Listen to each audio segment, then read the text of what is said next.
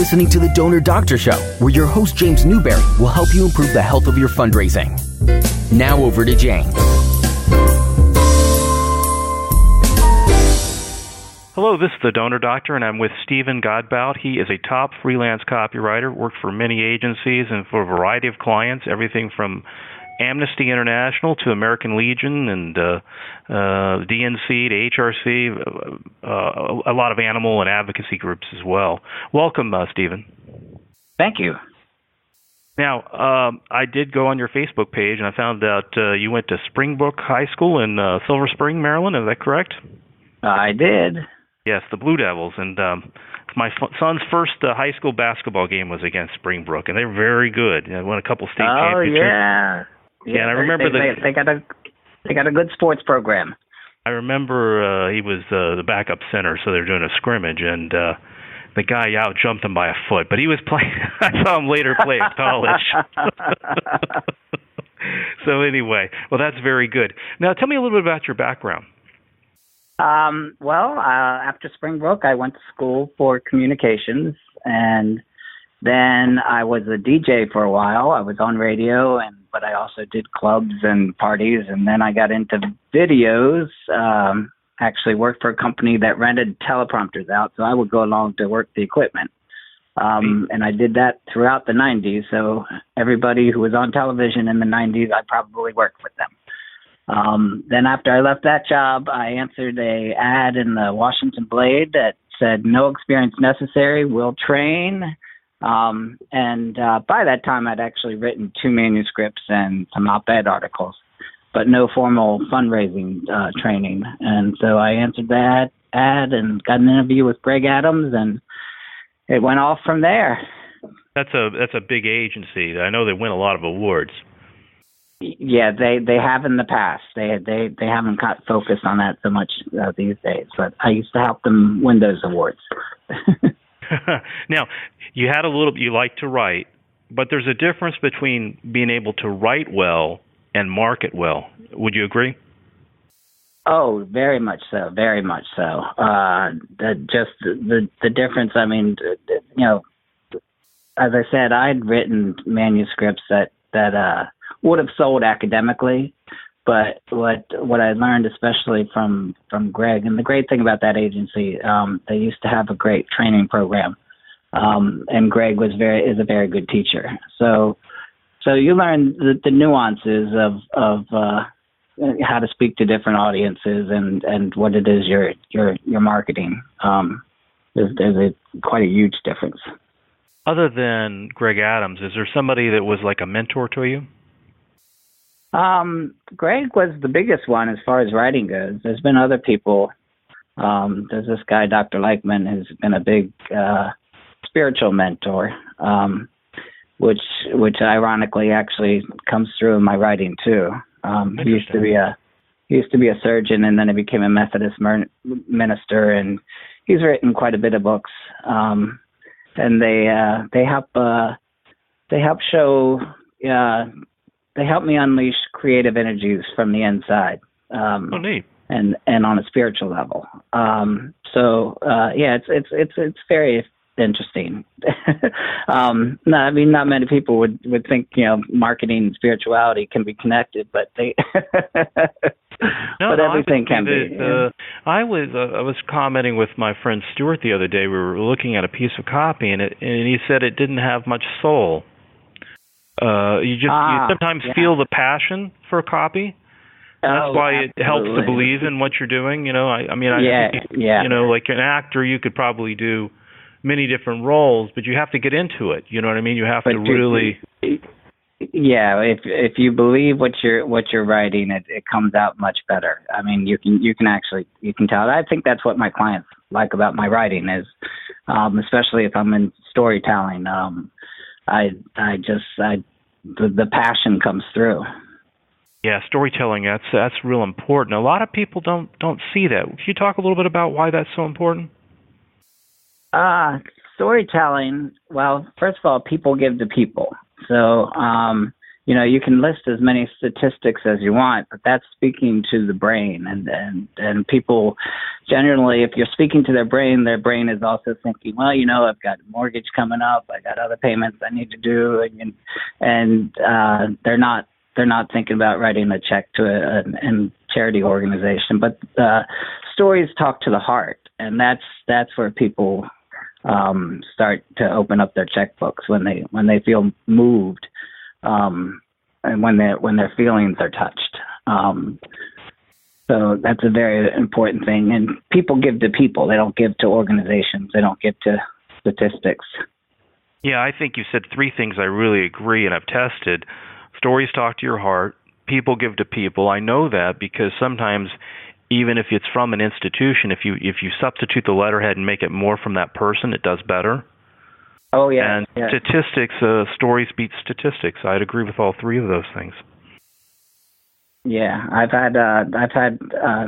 but I'd say that where I'm able to get the clients I work with that are able to get stories and personal stories to work in, and weave in the organization's mission with that, to show how they've helped the person.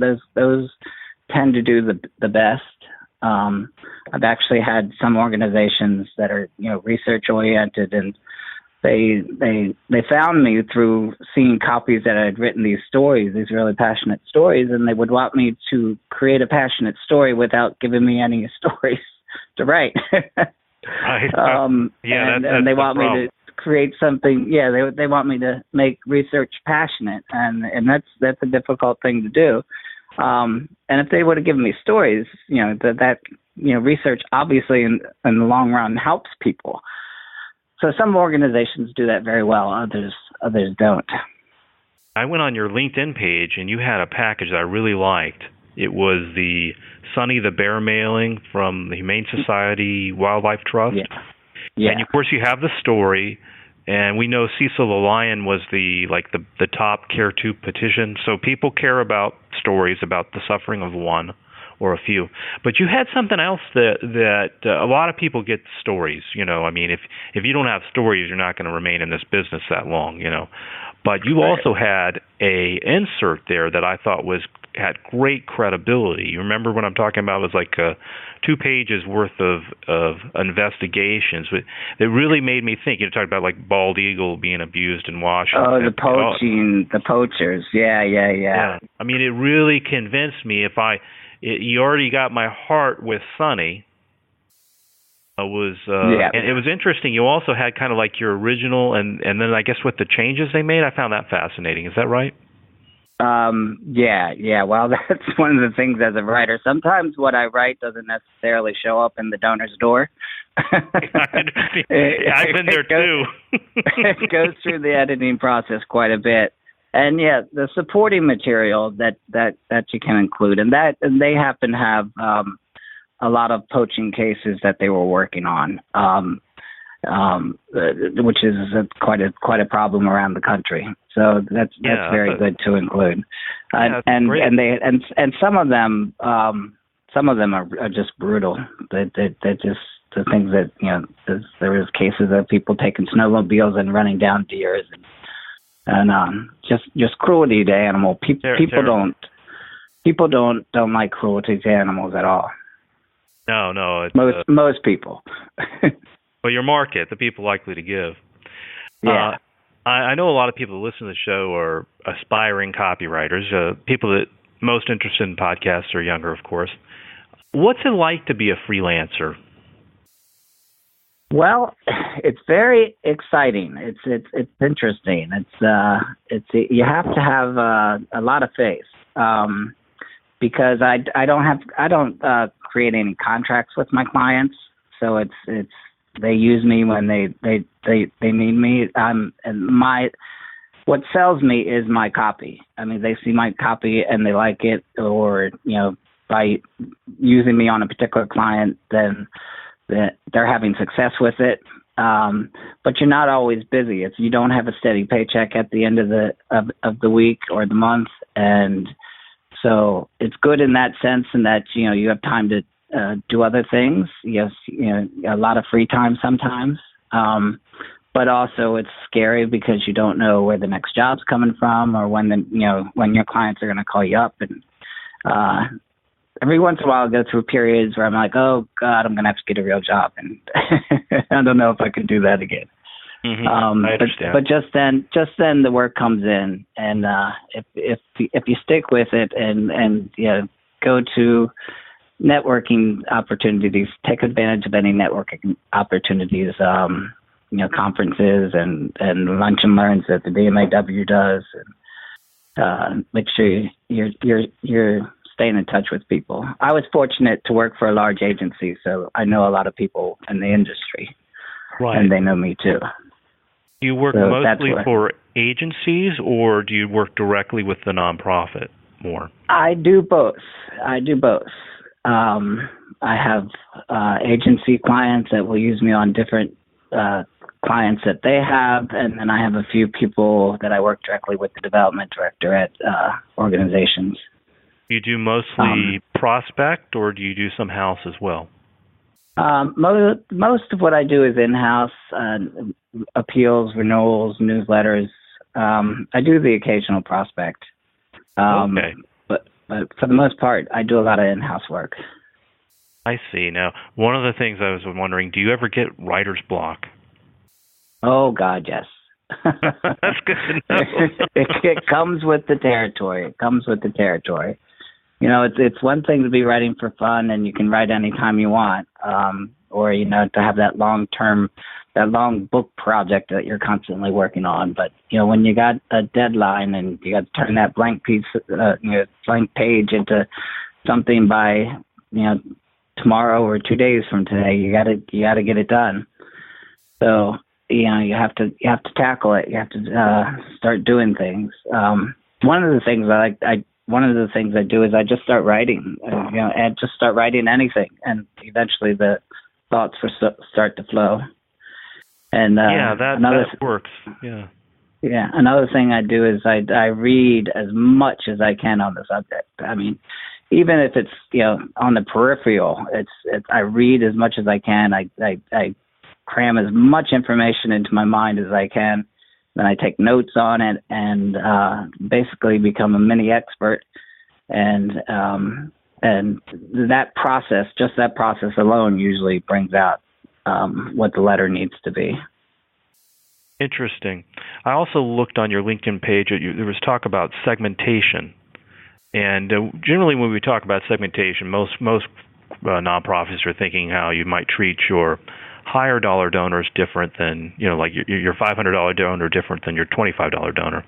But with the Human Rights Campaign Fund, you had two different lists. Is that correct? Yeah, they have a very smart, they have a brilliant program, and it's the segmentation. They have a lot of different segmentation, but they also, they speak to not only people in the LGBTQ community, but also their allies, which is very smart because it's a larger audience, and you got to keep in mind all these LGBTQ people were born into the straight world. They were born into by straight parents and formed bonds and friendships and have brothers and sisters, and over time that most of those families, the majority of those families, embrace their LGBTQ relatives. And so you when you market to them, they're going to support somebody that's in that community, right? That's struggling for equal rights and civil rights. Now, and actually, Harvey, I give all that credit to Harvey Milk. He's the one who originally in the 70s said to come out. Mayor, the first openly elected. He wasn't mayor; he was on the city council. Oh, city council. But he was murdered with the mayor. Moscone, George Moscone. Yeah, George Moscone. But he told people in the 70s, come out. You have to come out, no matter how hard it is, because once everybody started to realize that they know someone who's gay, it stopped being discrimination against people. It stopped being an issue. and people that evolved very quickly. Well, I think TV shows too. Yeah, TV shows embrace characters that were more. Now, one of the things I've said before on this show is that when things are good for your movement, that will hurt fundraising. In other words, when you succeed. Did that happen with them recently? No. Oh, no, okay. That's what I said. It's not true. Because, well, what happened, and it's very interesting, I remember having a conversation with them before this happened, but we used the women's movement as an example, is that after the 1973 Roe v. Wade decision, it actually became that abortion, the ability for women to get full reproductive health care now is less than it was then, because it inspires a backlash. And the LGBT community right now is experiencing a big backlash at the state level and of laws. They're actually going back to things they were doing in the 70s and a court case in the. But you have to make the sale. Would you agree that it's not as obvious that some people might think that there's no need? You know what I'm saying? That you do have to make the sale. Right. At first, after marriage equality, that was the case. But then immediately after that, people started passing laws at the state level, especially that were bypassing, that were designed to bypass the Supreme Court's decision, and they also create issues where there aren't issues. They're saying that Christian preachers are going to be put in jail for not marrying a gay couple, and that's not true, and the whole transgender bathroom thing is really a solution looking for a problem. It's created a lot of problems for North Carolina. So yes, so there's the backlash actually gives you the next fundraising piece, because now I could see that. Yeah, I forgot about all that stuff. They're actually they're trying to pass laws. They're trying to pass laws that take away ordinances that gave non-discrimination protection to the LGBTQ community.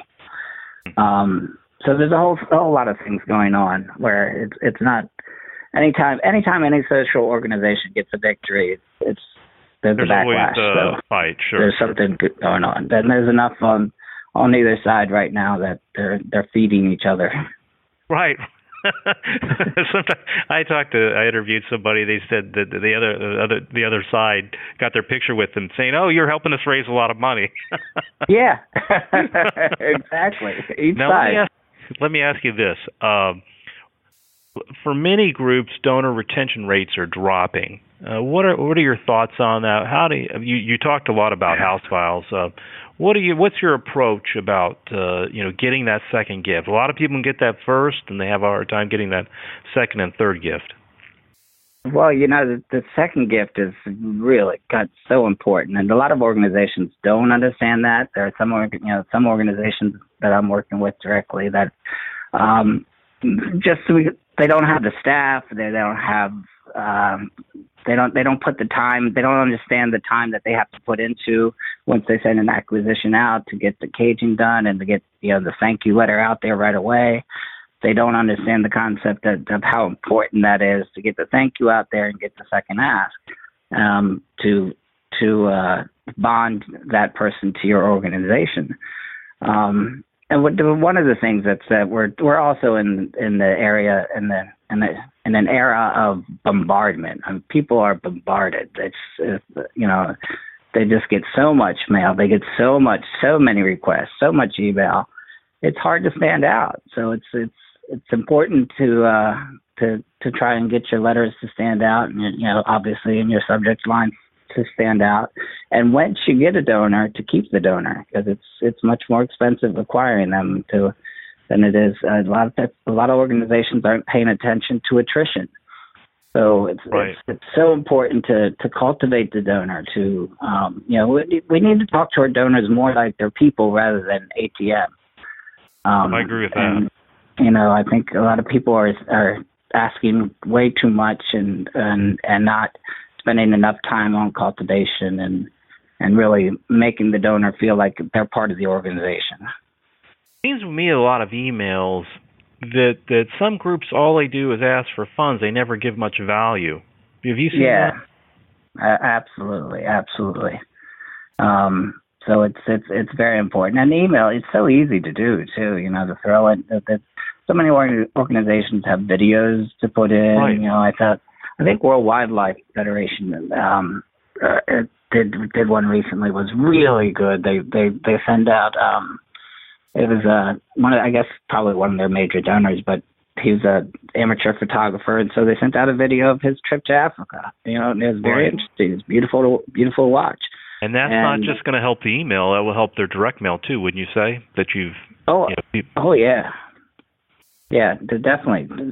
Cultivation and direct mail helps. The more people feel bonded and like you're not taking advantage of them, you're creating a good experience for them. When you say that's an important thing, you're creating a good experience for the donor, and that in turn gives you a loyal donor. I like that. I got one last question for you. I appreciate you giving a lot of good information here. Do you have a book or two you'd recommend? Some of the books I've read, they vary. They range from Stephen Covey's 7 Habits of Highly Effective People. It was one of the best influences on my life. Recently to things like I'm very much into what is it? The neurology of giving. The term neuromarketing. Marketing. Brain influence of the psychology of persuasion, biology. There's a whole bunch of books out on neuromarketing, and they've done some tests that show not putting a dollar sign in front of a figure and ask helps increase response. Because that's what those fancy restaurants do. That's what those fancy restaurants do, exactly. Because when we spend money, it triggers a part of the brain that sends a pain message throughout our body. I see. So we have to bypass that as marketers. And one of the ways to bypass that is not putting the dollar sign on and you can also prep a donor by repeating a number throughout a letter that happens to be the number that you want them to give in the asking string. I've done that before. I like doing that. Yeah, like if you have 150, like at Gettysburg 150th anniversary, you put 150 in there. Yeah, you get a lot of $150 gifts. Yeah. Or whatever it is, If you have a logical reason for it, Yes. You can't force any of this. You can take all this. You can take all the great knowledge in the world, but you have to apply it smartly. Right. Did you read Cialdini's Influence? I mean, it's kind of a little bit like some of what you're talking about. Have you read that book? No, I don't think I have. Yeah, I like that book. I'll have to check it out. But they're just speaking of neuromarketing. There's an advantage towards paper. A lot of people that write direct mail primarily are concerned about that. But apparently people believe paper more and are more responsive. You've probably read that too. They are. That's for some reason it's the same. Now that's the same kind of mystery as longer letters tend to do better than shorter letters, and it doesn't make sense to us that in this world people would want just give me the quick information. And I've had studies that heavier paper makes it people feel that the heavier paper people trust it more. Interesting. And they actually think they did a study where people they gave people resumes of other people they hadn't seen that didn't know, just the resume, and the resumes on the heavier paper people thought were more credible than the resumes on the on the lighter paper. That's fascinating. So paper does make a difference. People still like to open mail and read a letter, or at least parts of it. Well, I appreciate it. Thank you for giving your time. I know this is a real busy time for you. I imagine that this is a great time. Am I right about that? I have a friend who's an immigrant lawyer, Hale, and he said his fees have gone up 10 times.